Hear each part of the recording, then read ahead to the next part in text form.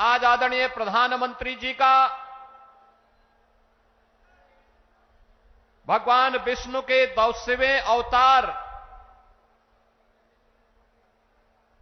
की जो ये भावी भूमि होने जा रही है, संभल जनपद में आगमन हुआ है। इस अवसर पर आदरणीय प्रधानमंत्री जी का मैं उत्तर प्रदेश वासियों की ओर से हृदय से स्वागत करता हूं, अभिनंदन करता हूं।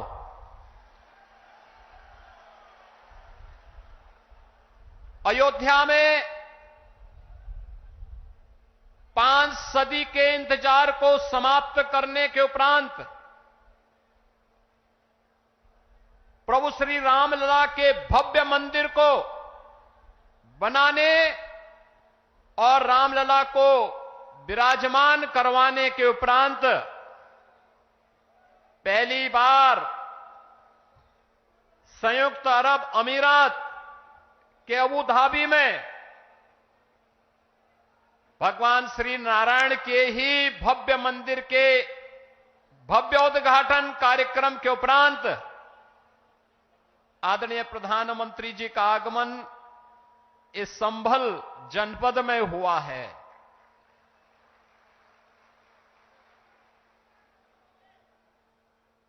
बहनों और भाइयों, हम सबको इस बारे में देखना होगा। पिछले 10 वर्षों में हमने एक भारत का दर्शन किया है। एक नया भारत है, जिस नए भारत में हर नागरिक को सुरक्षा भी है और राष्ट्र को समृद्धि के नए सोपान तक पहुंचाने का संकल्प भी है। जिस नए भारत में युवाओं की आजीविका की व्यवस्था भी है, तो भारत की आस्था का सम्मान भी है। आस्था का सम्मान किस रूप में? काशी में काशी विश्वनाथ धाम, अयोध्या धाम में रामलला का पुनः विराजमान होना, केदारपुरी और बद्रीनाथ धाम का पुनरुद्धार का कार्य संपन्न होना,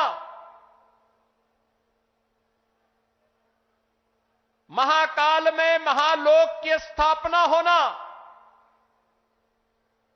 ये वह नए भारत की तस्वीर है, जिस नए भारत में हर युवा की आजीविका की गारंटी भी है और आपकी आस्था की भी गारंटी है। यही मोदी की गारंटी है।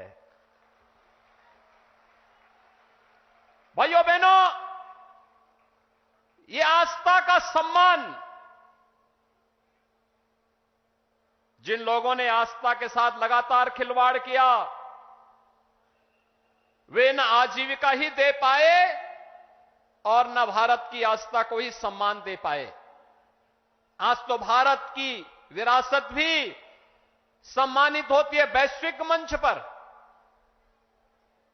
जब योग को वैश्विक मान्यता मिलती है और 21 जून की तिथि को दुनिया के लगभग 200 देश एक साथ जब भारत के अंदर किसी एक स्थान पर प्रधानमंत्री मोदी जी के नेतृत्व में करोड़ों भारतीय योग की इस विधा के साथ जुड़ते हैं, तो दुनिया के 200 से अधिक देश भी भारत की ऋषि परंपरा के इस प्रसाद के साथ जुड़ते हैं। कुंभ का आयोजन यूनेस्को के द्वारा मानवता के मूर्त सांस्कृतिक धरोहर के रूप में से मान्यता देना हो, या फिर अबू धाबी में भी किसी हिंदू मंदिर का होना, जो कभी कल्पना थी आज वह साकार हो रही है। यही नहीं,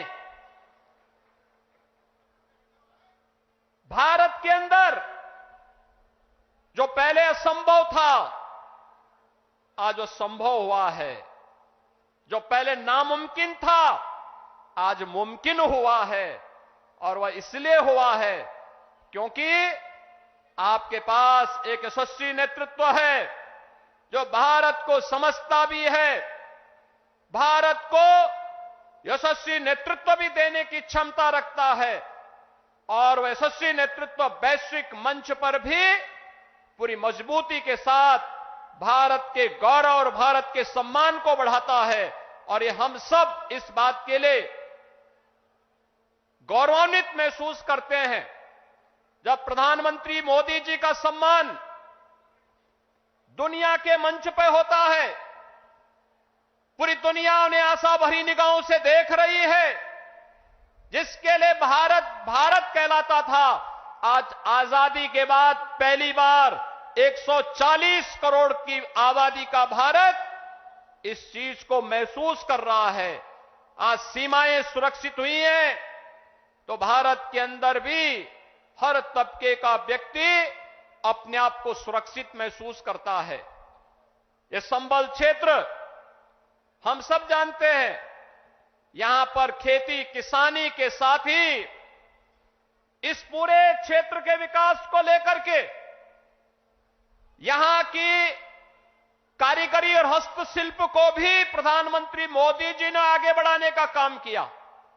पीएम विश्वकर्मा योजना के माध्यम से जो पहले यहां पर तकनीक नहीं थी, आज कॉमन फैसिलिटेशन सेंटर बना करके संभल जनपद के अंदर भी बटन बनाने की परंपरागत व्यवस्था को नई तकनीक के साथ जोड़ करके वन डिस्ट्रिक्ट वन प्रोडक्ट और पीएम विश्वकर्मा के माध्यम से आज वह भी वैश्विक मंच पर चीन को प्रतिस्पर्धा दे रहा है।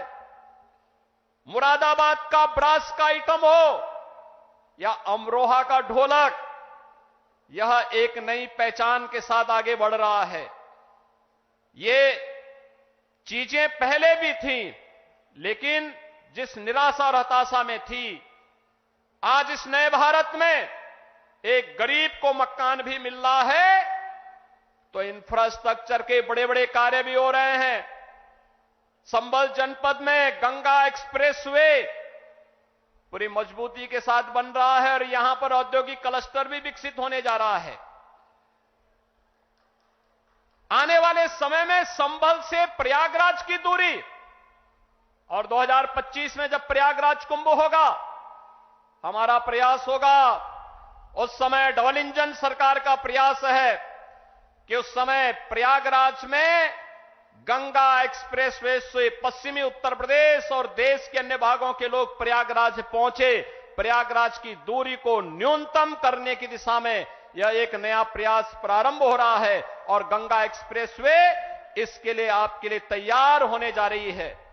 यह जो कुछ भी हो पा रहा है, चाहे वह अच्छा इंफ्रास्ट्रक्चर का हो, चाहे वह मुरादाबाद का बहुत शीघ्र प्रारंभ होने वाला एयरपोर्ट का हो, चाहे वह हस्तशिल्पी और कारीगरों के सम्मान का हो, चाहे वह नौजवानों के रोजगार का हो और चाहे किसानों के आमदनी को कई गुना बढ़ा करके उनके जीवन में परिवर्तन करने का हो। ये सभी कार्य ये नए भारत की एक नई पहचान बन रहे हैं और ये संभव हुआ है आदरणीय प्रधानमंत्री जी के यशस्वी नेतृत्व के कारण। आज प्रधानमंत्री जी का आगमन इस भगवान विष्णु के 10वें अवतार के रूप में भगवान कल्कि, जिन्हें भारत के शास्त्रों ने, चाहे वह महाभारत हो, श्रीमद् भागवत महापुराण हो, स्कंद पुराण हो, विष्णु पुराण हो या अन्य जितने भी ऐसे महत्वपूर्ण शास्त्र हैं जिनका बहुत स्पष्ट कहना है कि कलयुग और सतयुग की संधि काल में, युगाब्द के अंत में भगवान कल्कि का अवतार अवश्य होगा और इस धराधाम में पुनः सनातन धर्म की स्थापना का जो कार्य उस समय अधूरा रह गया है वह उनकी कृपा से संपन्न होगा। तो ये मान करके चलिए कि अयोध्या धाम में रामलला के विराजमान होने के बाद प्रधानमंत्री जी ने जो शुरुआत की है, यह वहां से उसकी शुरुआत है और यह होकर के रहेगा। आज आदरणीय प्रधानमंत्री जी शिला रखने के लिए स्वयं इस कल्की धाम के इस आयोजन में यहां पर उपस्थित हुए हैं, मैं आप सभी श्रद्धालुजनों से, प्रदेशवासियों की ओर से आदरणीय प्रधानमंत्री जी का संबल जनपद की इस धरती पर हृदय से स्वागत करता हूं, अभिनंदन करता हूं। धन्यवाद। जय जय श्री राम।